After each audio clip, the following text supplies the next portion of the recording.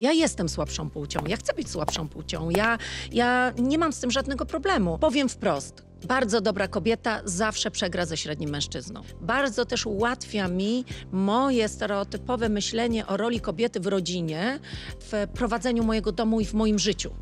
Dlatego, że my nie mamy żadnych ścięć w tych tematach, ponieważ ja nie mam poczucia, że kobiece zajęcia umniejszają mi w jakimś sensie. Z jakiegoś powodu się śmieję, biologia nas uczyniła odpowiedzialnym za donoszenie życia, za przejście przez doświadczenie porodu. Gdybym miała się pokusić o takie bardzo ogólne rozróżnienie, to my jesteśmy długodystansowcami, a mężczyźni są sprinterami.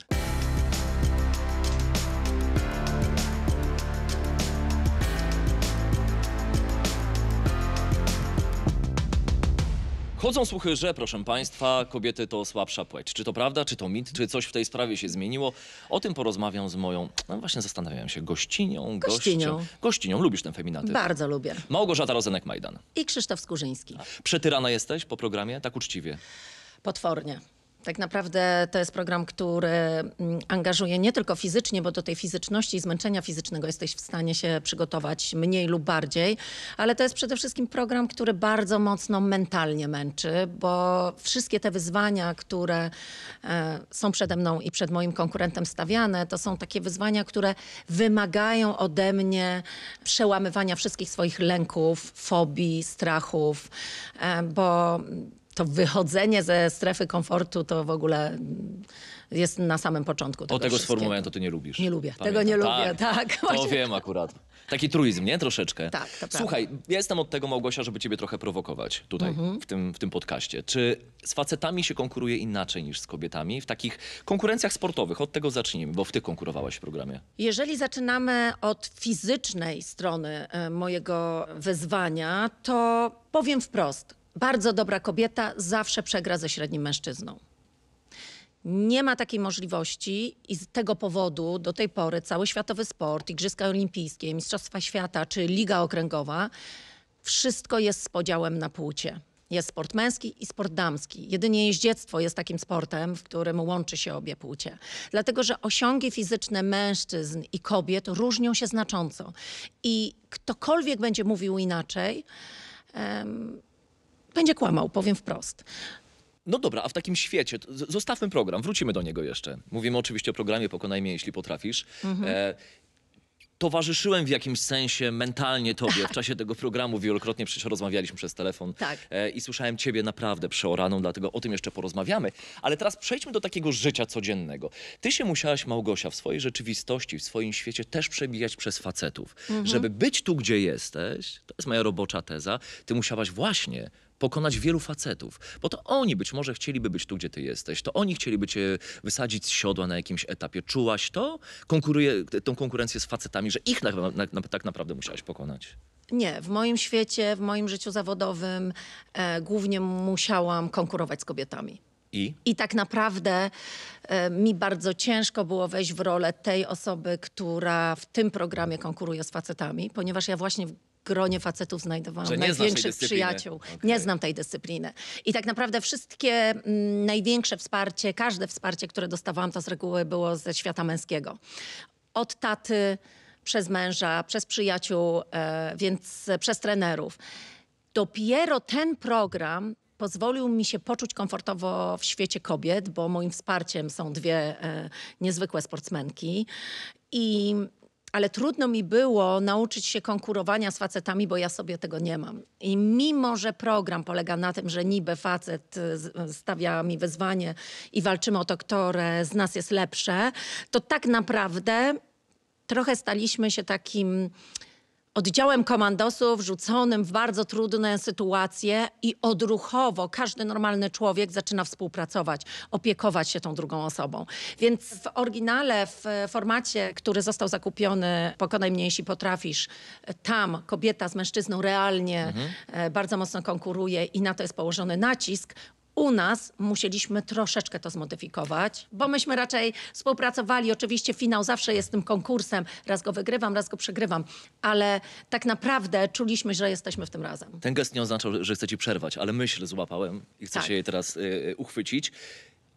A gdyby było tak, że w tym programie miałabyś konkurować nie z facetami, A z kobietami? a z kobietami. Myślałam o tym, uderzyło mnie to drugiego albo trzeciego dnia zdjęciowego, że miałam takie poczucie, że ponieważ to jest konkurencja z mężczyzną i powiem ci coś o polskich facetach, co mnie zaskoczyło. Znaczy nie zaskoczyło mnie to, ale utwierdziło mnie w przekonaniu.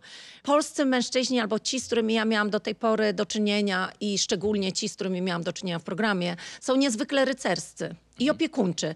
I ja nawet widziałam, że oni mieli ochotę w jakimś sensie próbować ze mną wygrać. Brali to bardzo poważnie, ale między ujęciami, między zdjęciami czy między danymi konkurencjami mają taki naturalny odruch, żeby pomóc. Opiekuńczości? Tak, mi jako kobiecie i nie tylko mnie, ale też innym kobietom, które były na planie. Ale czy czułaś troszeczkę, że przegrywając z facetem, to nie będzie dla ciebie tak bolesne, niż gdybyś miała przegrać z kobietą? Miałam takie poczucie, że ja mogę wygrać, Ale nie musisz. ale nie muszę. A z kobietą? facet ma taką gorszą sytuację. Zaraz ci powiem jak z kobietą, ale facet jest w takiej bardzo trudnej sytuacji w tym programie, bo jak wygra z kobietą, to co to za atrakcja? Jak przegra z kobietą, przegrałeś z kobietą, więc tak naprawdę on zawsze jest na przegranej pozycji.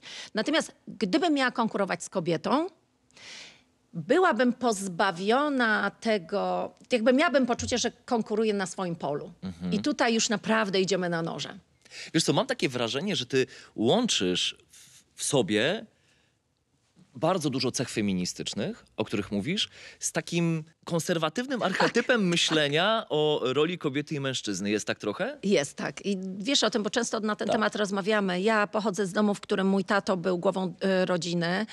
I ten rodzaj stereotypowego myślenia o mężczyźnie jest mi wpojony tak podświadomie, po prostu od dzieciństwa. No tak byliśmy wychowywani, wszyscy. Tak, to prawda. Mój mąż też pochodzi z takiego domu, gdzie jest tato i mama, która realizuje inne takie typowo, stereotypowo kobiece rzeczy. Ja też bardzo długo żyłam w takich relacjach. Co więcej, żyję tak do tej pory. Ja bardzo lubię te wszystkie rzeczy typowo przypisywane kobietom. Te wszystkie obrusy, porcelany, robienie zakupów na bazarku. Ja to wszystko lubię. Ludzie nie wiedzą tego o mnie albo myślą, że to było tylko dla potrzeb programów wcześniejszych, które robiłam. Kocham wszystko to, co jest związane z domem i bardzo też ułatwia mi moje stereotypowe myślenie o roli kobiety w rodzinie, w prowadzeniu mojego domu i w moim życiu. Dlatego, że my nie mamy żadnych ścięć w tych tematach, ponieważ ja nie mam poczucia, że kobiece zajęcia umniejszają mi w jakimś sensie.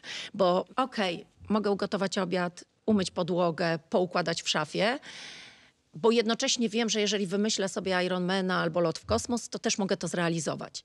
I to jest pewnego rodzaju równość w związku, do której dążyłabym, bo ta wolność wyboru jest tutaj bardzo ważna. Nie, bo to pięknie brzmi w teorii. To kiedy ostatni raz umyłaś podłogę, moja droga? Dzisiaj rano. Dzisiaj rano odkurzałam w kuchni. Naprawdę, ja jestem typem, któremu bardzo przeszkadza to, co się dzieje wokół niego, jeśli chodzi o nieporządek. Ja notorycznie coś układam, poprawiam. Prawdą jest, że dużo mniej zajmuję się domem, niż zajmowałam się jeszcze 10 lat temu, ale absolutnie to nie znaczy, że gdybym od dzisiaj, teraz, tu musiała coś zrobić, że byłby to dla mnie kłopot albo nie umiałabym tego zrobić. Ale mniej, bo nie chcesz, czy nie masz czasu na to? Nie mam czasu. A no właśnie. Nie mam czasu. Jestem osobą niezwykle zajętą. Udało mi się te moje 24 godziny rozciągnąć już do granic możliwości. Tak jak taki balon, który nadmuchujesz, to czasem mam wrażenie, że ta moja doba jest takim balonem, który jest na sekundę przed pęknięciem, bo już naprawdę nie da się nic tam zmieścić. Ale gdyby się dzisiaj okazało, że od teraz musisz zajmować się domem, wróciłabym do tego absolutnie z miłą chęcią. Co więcej, z umiejętnościami, które nadal mam. Bo wiesz, co zdefiniowało moim zdaniem w oczach opinii publicznej twój stosunek do facetów, czy też twoją relację trochę z Radkiem? Jedna scena z Azji Express. Wiesz, która? Nie mów do mnie teraz. Dokładnie ta. I mam wrażenie, że osoby, które cię nie znają, myślą o tobie jako o skrajnie dominującej kobiecie, która każdą kłótnię z Radkiem kończy: chcesz mieć święty spokój czy rację? Jeżeli chcesz mieć święty spokój, to po prostu przyznaj mi rację. Czy tak jest rzeczywiście? Nie, i ty zadając to pytanie znasz odpowiedź odpowiedź. na nią. Tak, i to jest najczęstsze zdziwienie, kiedy ludzie, którzy znają mnie tylko zewnętrznie, nagle mają możliwość przyjrzenia się temu, jaką jestem osobą w relacjach rodzinnych czy przyjacielskich. Jestem naprawdę osobą bardzo uległą, to jest może złe słowo, ale szanującą niezwykle swojego męża i też takim typem żony, która nie ma problemu, żeby się schować. Ja jestem krzykliwa i zauważalna, ale to nie znaczy, że jestem dominująca. To są zupełnie dwie różne cechy. Są momenty, w których decyduje wyłącznie Radosław. W bardzo wielu aspektach. I Ja naprawdę... mogę powiedzieć trochę tego, co widziałem? Pewnie. Najwyżej wytniemy to, Tak, jeżeli nie będziesz tego autoryzowała. proszę. Bo ja odnosiłem wrażenie, widząc was razem, że dużo częściej ty odnosisz się do Radka, pytając, co on myśli na ten temat, Tak. albo prosząc go o wyrażenie opinii, albo nawet o zdecydowanie, niż to działa w drugą stronę. Co Tak. w ogóle ludzie tego nie wiedzą. Ja mówię, specjalnie wróciłem do tego momentu, nie mów do mnie teraz, żebyś powiedziała, co tam się wydarzyło tak naprawdę w tamtym momencie, że to jedno zostało w oczach opinii publicznej, jako definiujące twój stosunek czy do Radka, czy w ogóle do facetów. Ja w ogóle powiem wam szczerze, że chciałam tą scenę wyrzucić. To znaczy po tym, jak ona się wydarzyła, rozmawiałam z producentką i mówię, nie chcę wyjść na osobę, która krzyczy na swojego męża. A prawda jest taka, zupełnie serio, że ja wtedy chciałam powiedzieć coś zupełnie innego, dużo bardziej wulgarnego. I dosłownie w ułamku sekundy przypomniałam sobie, że jednak są kamery. I padło to zdanie, nie mów do mnie teraz, a powiedziałabym zupełnie inne słowo, domyślasz się jakie. Tak. To jest tak, że emocje, które są w trakcie takiego programu, zmęczenie, głód, bo przypomnijmy, o wszystko musisz sam zadbać i dostajesz $1 dziennie, powoduje, że te emocje są naprawdę napięte bardzo mocno. Ale normalnie w domu, w takim życiu, to ja jestem tą osobą raczej łagodzącą spory i jakieś takie problemy, bo chaos jest wokół mnie. To znaczy ja jestem bardzo zdolnym menadżerem chaosu. Ja świetnie sobie radzę w trudnej logistyce tego wszystkiego, co się dzieje i co niesie ze sobą show biznes. Moim zdaniem gorzej sobie radzisz, gdy nie wieje wiatr, naprawdę. Też W mam czasie takie flauty wrażenie. radzisz sobie gorzej niż w momencie, kiedy jest huragan. Ale to prawda. Jest coś takiego w nas, rozmawialiśmy też o tym, że im bardziej zmęczeni albo im większą ilość bodźców jesteśmy narażeni, tym łatwiej nam iść. Odnaleźć się w sytuacji, nie? To prawda. Natomiast dom to jest takie miejsce, w którym ja szukam przede wszystkim spokoju. I nie szukam tam dominacji, bo jestem zmęczona dominacją. Nie szukam tam wyrywania sobie pazurami pewnych rzeczy, bo mam tego bardzo dużo na co dzień. W domu zamieniam się w tą osobą, którą jestem tak naprawdę w środku, czyli w taką w swojej głowie 16-20-latką, która ma czasem prawo być zmęczoną, która nie musi o nic walczyć. I Radzio bardzo pięknie wtedy wchodzi w tą rolę tego, który przejmuje dowodzenie. I to mi się bardzo sprawdza. Słuchaj, tytuł tego odcinka to jest Chodzą słuchy, że kobiety to słabsza płeć. Czy myślisz, że dzisiaj w ogóle takie sformułowanie powinno padać w przestrzeni publicznej? Kobiety to słabsza płeć. Kulturowo się to ukuło, tak? Że tak się mówiło. Czy dzisiaj jest to bardzo politycznie niepoprawne powiedzenie czegoś takiego? Wiesz, ja mam problem w ogóle z polityczną poprawnością w tym sensie, że mam wrażenie, że ona oczywiście jest bardzo potrzebna w wielu aspektach, ale w wielu też knebluje usta, wiąże ręce takiej normalnej, swobodnej rozmowie albo normalnym, swobodnym reakcjom. I oczywiście są zdania, są słowa, które nie powinny pojawiać się w przestrzeni publicznej. I jest parę takich przykładów, nie będziemy ich teraz cytować, ale to dobrze, że przez poprawność polityczną zostały wyrugowane. Natomiast czy powiedzenie, że kobiety to słabsza płeć jest niezgodne z rzeczywistością, albo czy jest w jakikolwiek sposób kobietom ujmujące? Ja jestem słabszą płcią, ja chcę być słabszą płcią. Ja nie mam z tym żadnego problemu. Jeżeli mówimy o fizyczności, to nie ma najmniejszej wątpliwości, że tak po prostu jest i wszystkie rzeczy wymagające siły w moim domu robi mój mąż i moi synowie. Dlaczego miałabym to robić inaczej? Jeżeli mówimy o mental... No właśnie, o to cię chciałem zapytać, bo nie chcę ograniczać tego sformułowania kobieta słabsza płeć tylko do kwestii fizyczności. Bo sama powiedziałaś, ten przykład sportowy jest dobrym przykładem. Te konkurencje zawsze będą podzielone Tak. na konkurencje męskie i damskie, po to, żeby były sprawiedliwe. Tylko Tak, wtedy będą sprawiedliwe po prostu. po prostu. Ale porozmawiajmy teraz o tym, w jakich obszarach uważasz, że kobiety są silniejsze od facetów. Wiesz co, w bardzo wielu, ale ja bardzo nie lubię takiego hierarchizowania i umiejscawiania słabszy, lepszy, silniejszy czy gorszy. Kategorią płci, rozumiem, Tak, tak? w kategorię płci, bo ja naprawdę głęboko wierzę o komplementarności płci żeńskiej i męskiej, która razem tworzy tak naprawdę idealny mechanizm, nazwijmy to. Znaczy wydaje mi się i oczywiście szanuję wybory wszystkich tych, którzy wolą być sami, czy tych, którzy świadomie tak wybierają, ale jednak jest coś boskiego w tym połączeniu kobiecej energii i męskiej energii, szczególnie wtedy, kiedy to jest dobre połączenie. I mam wrażenie, że wtedy to tak naprawdę działa na 100% swoich, czy na 200% swoich możliwości. Ja bardzo szybko nauczyłam się czerpać jako kobieta z męskiej energii. I bardzo szybko nauczyłam się też, będąc partnerką mężczyzny, dawać to, co we mnie jest najlepsze, po to, żeby nasza para razem tworzyła sprawnie działający i dobrze działający organizm. Natomiast mentalnie my mamy swoje zalety, których na pewno nie mają mężczyźni. Z jakiegoś powodu się śmieję, biologia nas uczyniła odpowiedzialnym za donoszenie życia, za przejście przez doświadczenie porodu. Gdybym miała się pokusić o takie bardzo ogólne rozróżnienie, to my jesteśmy długodystansowcami, a mężczyźni są sprinterami. I to jest trochę tak jak w biegu. To nie jest tak, że ten, który biega na 100 metrów jest lepszym sportowcem od tego, który biega maratony albo na odwrót. To są dwie zupełnie różne kategorie. I teraz połączenie tego w jedność czyni Tak. kompletny. Chyba macie większą cierpliwość, nie? Niż faceci. Wiesz W co, tym nawet kontekście nie myślę o długim dystansie, prawda? Cierpliwość to nie jest dobre słowo, bo cierpliwość jest takim akceptowaniem zła. Wiesz, Ale nie, jak widzisz cel, który jest daleko, to tobie łatwiej jest zaakceptować drogę do tego celu i że ta droga będzie trochę trwała. Ja mam wrażenie, że my mamy większą wytrzymałość i wydolność. Aha. I jesteśmy bardziej wytrzymałe w oczekiwaniu na cel.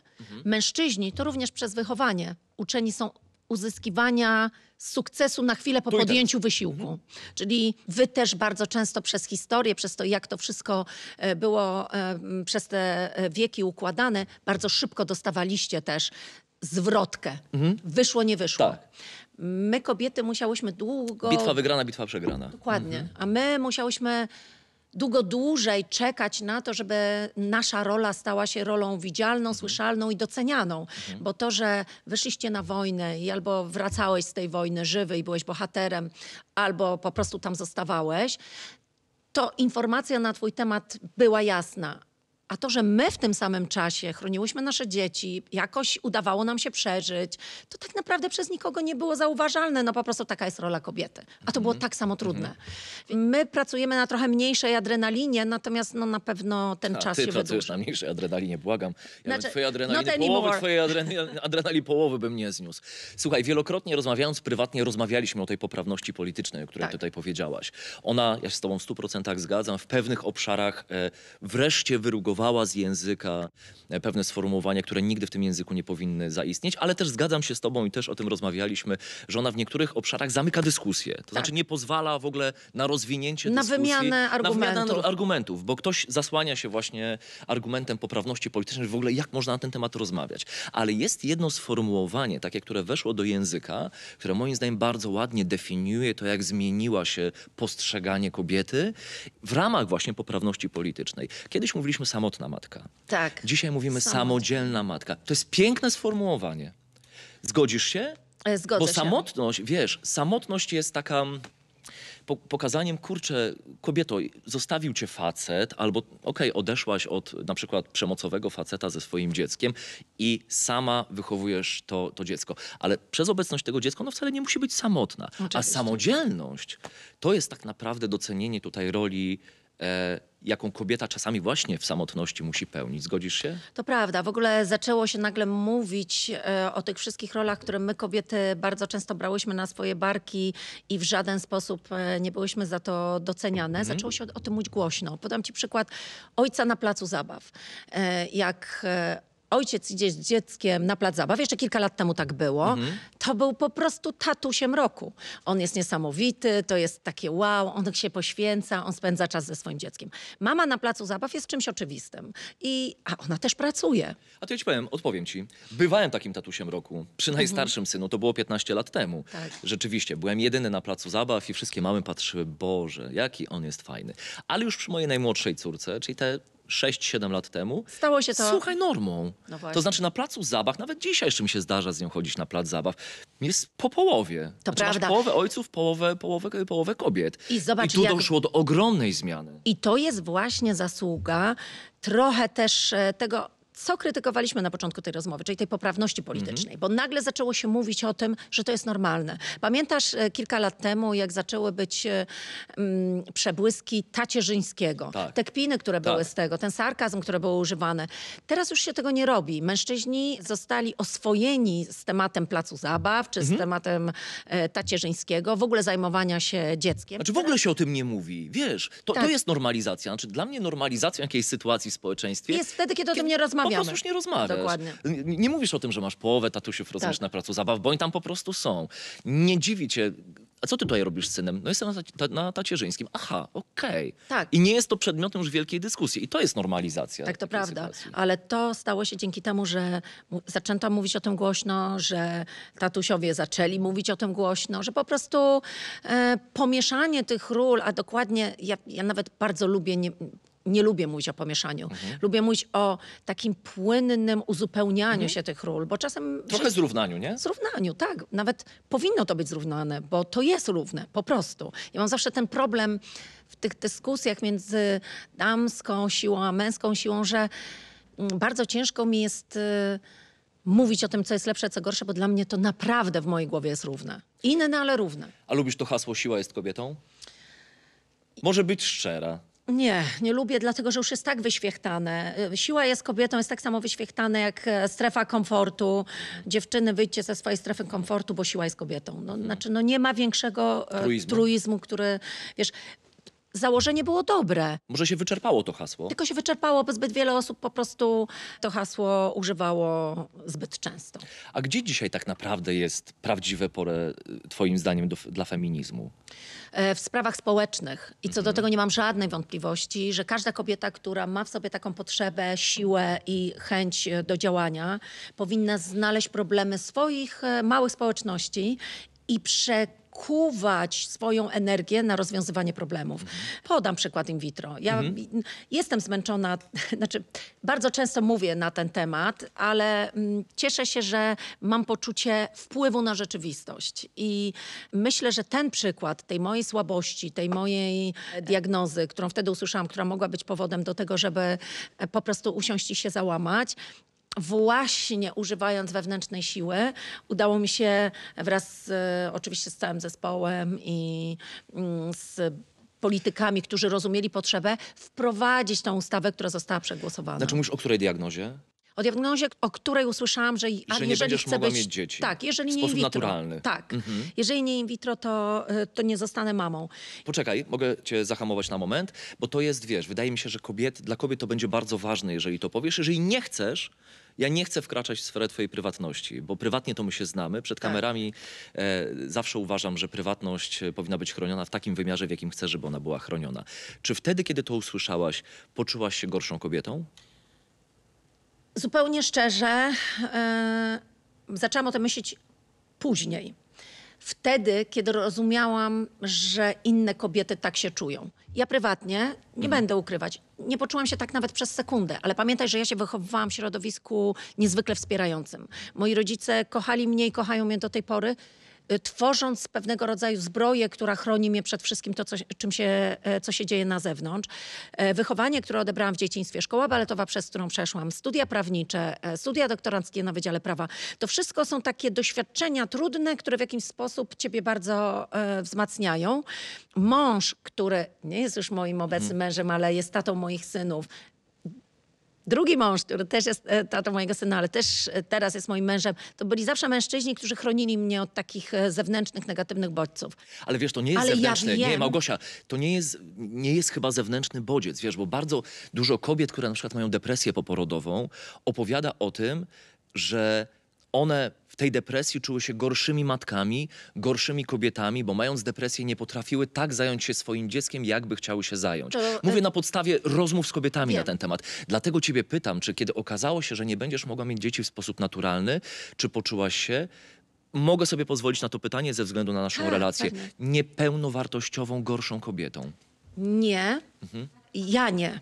Tylko ja nigdy nie odnoszę swoich emocji, tego, co ja przeżywam, nie uważam tego za normę wśród kobiet. W tym sensie, że zdaję sobie sprawę, że moje reakcje czy moje zachowania bardzo często różnią się od uśrednionych zachowań kobiecych. Bo masz wielką siłę w sobie, tak? Bo mam inny sposób myślenia po prostu. Natomiast w trakcie pracy Nad w mojej programem? fundacji, w mojej fundacji, w trakcie spotkań wieloletnich, pamiętaj, że Nad programem in vitro, to miałem na myśli. tak, nad programem in vitro i ja tematem leczenia niepłodności i tematem in vitro zajmuję się, uwaga, od 20 lat. Mój najstarszy syn ma lat 18, ja weszłam na tą ścieżkę 2 lata przed jego urodzeniem. To jest coś, co jest ze mną przez całe moje dorosłe życie. I ja spotkałam bardzo wiele kobiet i bardzo wiele par i patrząc na to statystycznie, to 95% kobiet czuje się gorszymi kobietami. Nie powinno tak być. Natomiast wspomniałeś o depresji poporodowej. Projekt, którym moja fundacja teraz się zajmuje, rozpoczyna działania nad nim. To jest taki projekt, który dotyczy depresji poporodowej albo w ogóle osłabienia nastroju poporodowego, które jest typowe, które jest szczególnie głębokie u tak zwanych, my to roboczo nazywamy staraczek, czyli u tych kobiet, które starały się o dziecko bardzo usilnie przez bardzo wiele lat. Odsetek i głębokość obniżenia nastroju u takich kobiet jest dużo większa niż w przypadku ciąż spontanicznych. I powiem ci zupełnie szczerze, że ja jestem takim typem, który budzi się każdego dnia, jest pełen energii, jest taki wow, co by tu dzisiaj zrobić, w takim razie może ta przygoda, może to, a może wymyślę sobie Ironmana. To jak urodziłam swojego pierwszego syna, drugiego i trzeciego również, ale jak urodziłam swojego pierwszego syna po wielu latach starań, po procedurze in vitro i wydawało mi się, i urodziłam go w czwartek i wydawało mi się, że właśnie spełniło się moje największe marzenie życia. I lekarz, który mnie prowadził, mówi do mnie, przygotuj się, że około za 3 dni zacznie się coś, co się nazywa baby blues. To jest takie obniżenie nastroju, które wynika z takiego dramatycznego spadku hormonalnego, które po porodzie występuje u kobiety fizjologicznie, a u kobiet, które zaszły w ciążę dzięki metodzie in vitro, on jest szczególnie dotkliwy, ponieważ my jesteśmy w ogóle pompowane hormonami i w trakcie procedury, i w trakcie ciąży, więc ten spadek jest też Jeszcze większy. Jeszcze większy. Ja mówię, co on mówi? To mnie nie dotyczy, to się nie wydarzy w moim przypadku. I pamiętam dosłownie chwilę, kiedy siedzę ze Stasiem w fotelu do karmienia na ręku i nagle zaczynam płakać. I nagle zaczyna do mnie docierać, że w moim życiu już zawsze będzie on, że już do końca życia, że już nie wyjadę do Afryki ratować słoni, że już zawsze będę musiała mieć jego na pierwszym miejscu. I to poczucie odpowiedzialności jest tak ogromne i potrafi być tak dojmujące, podlane tą mieszanką hormonalną, która jest naprawdę ekstremalna, potrafi być bardzo trudne. Mi udało się z tego wyjść bardzo łatwo, ale znam wiele kobiet, które naprawdę przeszły przez to doświadczenie bardzo mocno i tym kobietom trzeba pomóc, bo pomagając im, pomaga się tym dzieciom. Bo wiesz, jest taki znowu truizm. No. Jeszcze tylko dokończę to zdanie, jest taki truizm. Ja w ogóle nie lubię takich wyświechtanych zdań, ale ono Wiem. jest ważne, że do wychowania dziecka potrzebna jest cała wioska. Nie ma w macierzyństwie bardziej prawdziwego zdania. A propos tej samodzielności, chcę zamknąć klamrą odpowiedź na to pytanie. Samodzielna mama po prostu tym bardziej zasługuje na szacunek i na zrozumienie i na pomoc, bo ona nie jest tylko mamą. Ona jest tą całą wioską, a to jest wykańczające fizycznie i psychicznie. Jesteś jedyną osobą na świecie, którą znam, jedyną, której zadaje się pytanie, ty mówisz przez 15 minut, skacząc po 45 wątkach, po czym na samym końcu będziesz pamiętała pytanie. No bo w rozmowie z tobą tak mam zawsze. Ty wiesz o tym. Ty masz ze wszystkimi, ja cię obserwuję naprawdę. Ja bym zapomniał w 3 minucie, jakie było pytanie. I sam bym skręcił. Wiesz, że a ty ja mam robisz Nie, to jest właśnie, to jest, rozumiesz, ta pokrętność chyba budowy twojego mózgu, czy twojego... A wiesz, co jest najgorsze i co się nie sprawdza w programach na żywo? Że ja bardzo rzadko kończę zdania. Znaczy, zamykam jakiś temat, idę do kolejnego tematu, ale jeszcze tu nie kończę, bo widzę w twoich oczach, że ty rozumiesz, co chcę powiedzieć dalej, więc nie marnuję czasu, żeby dokończyć zdania, więc ono jest niegramatyczne. Potem przeskakuję znowu do Na kolejny temat, Dokładnie. ale ty wrócisz na samym końcu do tego, co było ci zadane, do pytania, które zostało ci zadane. Niebywała umiejętność. Dobra, Małgosia, to wróćmy teraz na moment do programu. Powiem ci tak uczciwie, a widziałem przedpremierowo już odcinki. Kiedy będzie emisja tego podcastu, to pewnie już będzie po emisji pierwszych odcinków. No powiem ci, że za ładna to ty tam nie jesteś. W ogóle. Przepraszam. Wiem. A wiesz, Krzysiu... Mogę sobie pozwolić na powiedzenie tego. Tak. I ja właśnie bardzo lubię w naszej relacji Tak. to, że my jesteśmy wobec siebie absolutnie szczerzy. I ja zupełnie szczerze też ci powiem, że miałam z tym na początku duży problem. I nie będę udawać, kiedy powiem, że w ogóle nie robi na mnie wrażenia, że nagle przede wszystkim połowa ujęć to są ujęcia z GoPro. Tak. Więc one są... Że ten średnio urodziwy mężczyzna w piance do pływania... W piance do pływania to jestem jesteś ja. ty. No, naprawdę. I ja bardzo często lubię konfrontować pewne rzeczy z Radziem, bo ja siedząc obok niego, nawet nie patrząc na niego, wiem, co on myśli. I jak widział fragmenty, to widziałam, że bardzo dużo wysiłku, Kosztowało go? żeby nie pokazać mi, że no, za ładna to ja tam nie jestem. Nie, ale właśnie, czy w ogóle był taki moment w czasie realizacji tego programu, że robiłaś to, co robisz, wiesz, w momencie, kiedy pracowaliśmy razem w Dzień Dobry Tak. TVN, kiedy prowadziłaś swoje programy, że przed wejściem, wiesz, musisz się przeczesać, przejrzeć się w Nie masz na to lusterku. czasu. No właśnie. Krzysiu, to w ogóle, wiesz jak to wygląda? To wygląda tak, że ja wiszę na drzewie na 40 metrach. No Beatka, która pracuje ze mną całe życie, Tak. znasz Beatkę. Doskonale. Nawet gdyby była sportowcem roku, to i tak by nie miała szans po prostu. Wdrapać się na kogoś, żeby cię poprawić. dokładnie na te 130 metrów, które zrobiłam. Czy jak jesteś wrzucona w Bałtyk i masz przepłynąć, to nawet nie ma czasu na to, żeby poprawić. Te wszystkie zbliżenia, które mają pokazać emocje, muszą być zbliżeniami, żeby pokazać te emocje. Ten strach w oczach, który jest, No ale dobrze, ale tak jednocześnie pokazuje też zmarszczki, które są pod oczami. No ale tak zupełnie uczciwie i zupełnie szczerze. Chcesz mi powiedzieć, że na przykład jeżdżąc z Majką na rowerze, mówię Tak, o Mai Mai Włoszczowskiej. Włoszczowskiej, nie myślałaś, rozumiesz, o tym, jak ty w tym kasku wyglądasz, jak ci włosy... Non stop myślę o tym, no właśnie. na etapie treningu, ale to jest takie myślenie, że ja już wiem, że nic z tym nie zrobię. Jest taki mem, nie wiem czy widzieliście, jak kobieta mówi, o Boże, wypłynęły moje zdjęcia, a druga koleżanka ją pyta, z którego albumu, a ona najgorzej, z nieretuszowanego. Aha. Ten program tak Ale naprawdę... on jest bez retuszu. Totalnie, właśnie No o to chodzi. Oboje pracujemy w TVN-ie, oboje pracujemy dla TVN-u, ale porozmawiajmy zupełnie uczciwie. Czy nie bałaś się wejść w ten program? Wstydziłam się. No właśnie. Ja powiem szczerze, znaczy krępowałam się też trochę, takie miałam poczucie, że ja się naprawdę obnażam. Bo tam już widać wszystko absolutnie w sensie takiej mnie. Bo Azja Express też nie było ludzi od make-upu, nie było beauty teamu, ale było piękne słońce, była, wiesz... Okoliczności przyrody były okoliczności piękne. przyrody Tak. i nie było takich zbliżeń. Aha. A tutaj masz brzydką, zimną, szarą polską jesień, mnie zmarzniętą, z czerwonym nosem, z gilem wiszącym. No taka prawda, bez make-upu. Uwaga, w bardzo nietwarzowych nakryciach głowy, dlatego że to wszystko musi też spełniać warunki bezpieczeństwa.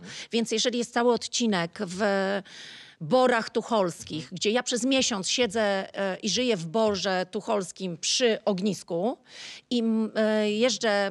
To po tygodniu jesteś ogorzała, brzydka, niedomyta, oczywiście. Ale to nie, to jest nic. Bo to, że jestem brzydka, ogorzała i niedomyta, to nawet jeszcze jakoś by się, wiesz, pokazało. Do zniesienia. Tylko ja jestem spilarką. Zobacz, jak używam profesjonalnego nazwy, bo normalnie bym powiedziała piłą mechaniczną.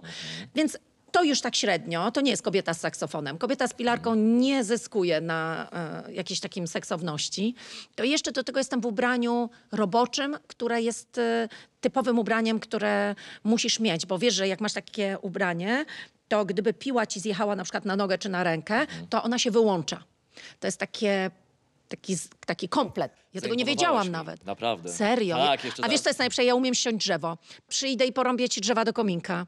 Ja po tym Kochana. miesiącu... Naprawdę. Zaraz się okaże, że umiesz obsługiwać szlifierkę oscylacyjną, rozwiązać diaksę. W drugim sezonie. Ale jakby cały czas masz na sobie kaski, Aha. cały czas masz na sobie ubrania robocze, albo masz na sobie czepki, albo... No nie znam osoby, przyrzekam, która dobrze w GoPro na zbliżeniu wygląda w czepku. No nie ma takiej. Cindy No nie, Crawford to jest by po nie prostu wyglądała. niemożliwe. To jest niemożliwe, to Tak. się po prostu nie łączy. Więc albo stroje wspinaczkowe, bo bardzo dużo było takich rzeczy na wysokości. Nie, te kaski też nie są twarzowe. Tam nic nie jest twarzowe, a uprząż, która robi wszystkie możliwe fałdy świata, które nie istnieją, a ona je zrobi. Aha. Więc wiesz, ja myślałam w swojej głowie, że będę Tomem Cruzem w damskim wydaniu, wiszącym i te włosy będą mi powiewać, a jestem po prostu Małgosią Rozenek, wiecznie zgarbioną. Przypominającą zdechłego nietoperza. Wiszącego Totalnie, na kominie. totalnie. Słuchaj, dobra, to teraz jaką ty będziesz, w twojej opinii, Małgorzatą Rozenek-Majdan po emisji tego sezonu? Jak ty będziesz widziana? Szczerze? Zupełnie szczerze. Zupełnie. Czy mam mówić to, co oni... Nie. Ja nie chcę, Szczerze. żebyś mi przeczytała coś z jakiegoś briefu przygotowanego przez producentów tego programu. Skala mojego wykończenia psychicznego i jakby magazyny energetyczne są obliczone na wyłącznie dowiezienie tematu do końca. To znaczy, moje akumulatory są naprawdę na granicy do 22 kwietnia, bo wtedy zakończę oficjalnie zdjęcia do programu. Pomarańczowa lampka już się świeci, tak? Od dawna. Okej. I nie ma we mnie przestrzeni, energii, siły na analizowanie materiału, który się pojawi, jak on zostanie odebrany, co się będzie z tym dalej działo. Ja się umówiłam z moim szefostwem, z producentami na to, że wchodzimy w pewien bardzo ekstremalny projekt. Ja go dowiozę, ale dowiezienie kończy się 22. Wszystkie też działania promocyjne kończą się wtedy i zapominam. I chcę po prostu zapomnieć o tym. I nie będę analizować. Pierwszy raz od, nie wiem, 20 pewnie paru lat, kiedy jesteś osobą publiczną, będziesz miała kompletnie w nosie to, jak jesteś widziana przez twoją publiczność, przez twoich fanów, przez twoich obserwatorów. To nie jest tak. Nie chciałabym, żeby to źle zabrzmiało, ale nigdy nie zastanawiałam się nad tym, jak to zostanie odebrane. Ja po prostu coś robiłam, a później nawigowałam w tym, co się z tym dzieje. Okej. Żaden z moich programów nie był obliczony na jakiś efekt, na wywołanie jakiegoś efektu u mojej widowni. Ale wiesz, dlaczego ja cię o to pytam, Małgosia? Bo ja uważam, co ci mówiłem zresztą na samym początku, kiedy decydowałaś się wejść w ten projekt. Uważam, że ten projekt zrobi ci bardzo, bardzo dobrze. Bo takiej Małgosi Rozenek, jaką ja znam, jaką zna Beatka, która tam siedzi, Patrycja, która tam siedzi, jaką zna Radek, twoi przyjaciele i znajomi, ludzie nie znają. A tu cię trochę taką poznają. Bo wiedzą o tobie jedno, że ty jesteś nieustępliwa, że ty masz w sobie niebywałe pokłady i zapału, i emocji, i samozaparcia, i dążenia do celu, ale nie wiedzą, że ty masz też słabości, których masz mnóstwo. I które będą bardzo widoczne w tym programie, również oprócz tej siły. A ja nie mam wobec siebie obiektywizmu żadnego. Ja jestem swoim najsurowszym krytykiem. Ale bo wiesz, bo to jest ta cząstka, te twoje słabości, ten komponent, który jakby w przestrzeni publicznej będzie tym klocuszkiem, który tak naprawdę dopiero się ułoży w Małgorzatę Rozenek-Majdan. Rozumiesz, bo tu układałaś te klocuszki, wiesz, Tak. tu mamy siłę, tu mamy in vitro, tu mamy kobiecość, tu mamy rodzinę, mamy Radka, mamy lokowania produktów gdzieś tam, a teraz zakładasz tą czapkę, Tak. rozumiesz, powiedząc, to są słabości moje i tak naprawdę dopiero te klocki układają się w cały obraz ciebie. To jest moja robocza teza To, i będę jej bronił. To jest idealny scenariusz. Dobrze by było, jakby tak się to potoczyło, ale moje doświadczenie w showbiznesie mówi, że nie przewidzisz tego. Iluż w sumie facetów było, z którymi rywalizowałaś? Z którym było najtrudniej? Z każdym było inaczej. A to który ci postawił takie wyzwanie, któremu miałaś poczucie, że nie sprostasz? Zupełnie poważnie to najtrudniejszym moim przeciwnikiem jest pan producent. To jest tak, że Piotrek za każdym razem zadziwia mnie swoimi pomysłami. I podam ci przykład. Drugi dzień zdjęciowy. Ja cieszę się, że jestem w programie sportowym. Coś tam sobie trenuję. I myślę, wow, zrobię program o sporcie. I w tym momencie wywożą mnie na dach Mariotu i zakładają mi uprząż i mówią, a teraz z dachu zejdź po ścianie. Ja mówię, co? Znaczy, ja miałam robić program o sporcie. I to są te wyzwania, które są trudne. Natomiast każdy z przeciwników był inny, był bardzo trudny, ale od każdego z nich czułam ogromne wsparcie. Bo co robisz na przykład z Łukaszem Kadziewiczem, możesz powiedzieć, czy nie? Z Łukaszem była wspinaczka. Tylko to też jest niezły gość, bo to jest facet, który przyszedł do programu z takim założeniem, o czym ja nie wiedziałam, Aha. bo założenie programu jest takie, że ja nie wiem, z kim konkuruję i w czym konkuruję. I ja się dowiaduję na miejscu. I dowiaduję się na miejscu, że moim przeciwnikiem jest były reprezentant Polski, były olimpijczyk, aktywny sportowiec, 2,6 m i że mamy robić wspinaczkę wysokogórską. Uwaga, nigdy nie robiłam nic w tym temacie. Nigdy nie byłam na ściance wspinaczkowej. Tylko że Łukasz przyszedł nie po to, żeby się wspinać, tylko po to, żeby przełamać swój lęk i skoczyć z najwyższego punktu na świecie, z którego możesz skoczyć. 252 metry, to jest wyżej niż Pałac Kultury. I przyszedł i skoczył. I trochę mi nie wypadało nie skoczyć. I tak sobie pomyślałam, fuck. Mówię, dzięki Łukasz. Więc taki był Łukasz. Każdy z nich... Pływanie w Bałtyku? Zimnym? Z kim to było? Łukasz Orbitowski. Łukasz Orbitowski, zwany przez produkcję Czule Szrekiem, jest facetem, który kocha heavy metal. Nie, heavy metal to jest dla niego pop. Okej. Facet, który jest cały wydzierany, jest turem i ogólnie żywi się surowym mięsem. Łukasz okazał się być niezwykle czułym barbarzyńcą i rozczulał mnie na każdym kroku. I był taki moment, w którym konkurowaliśmy i ja miałam wrażenie, że on umrze. Ale realnie umrze. Wydolnościowo umrze.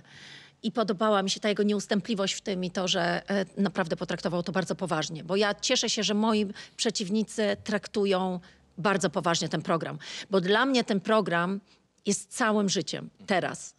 I jest całym życiem innym, moim i mojej rodziny.